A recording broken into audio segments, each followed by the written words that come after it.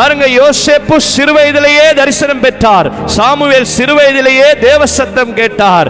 யோசேப்பை குறித்து தேவ திட்டம் இருந்தது, முழு எகிப்துக்கும் மந்திரியாய் மாற்ற வேண்டும் என்று. சாமுவேலை குறித்து தேவ திட்டம் இருந்தது, முழு இஸ்ரவேலுக்கும் பெரிய தீர்க்கதரிசியாய் மாற்ற வேண்டும் என்று.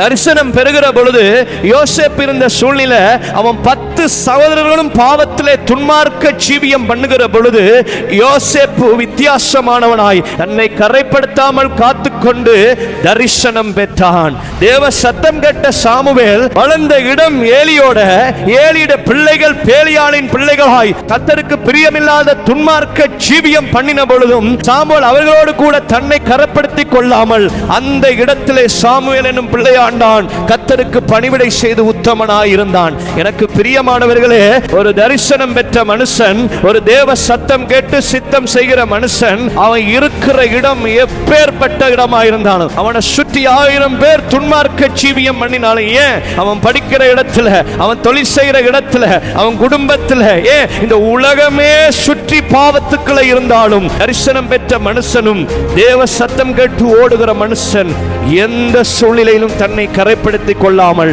தன்னை குறித்தான தேவ திட்டத்தை நிறைவேற்றுவதற்கு பாவத்தை உதறி தள்ளி ஓடுகிறவனாயிருப்பான்.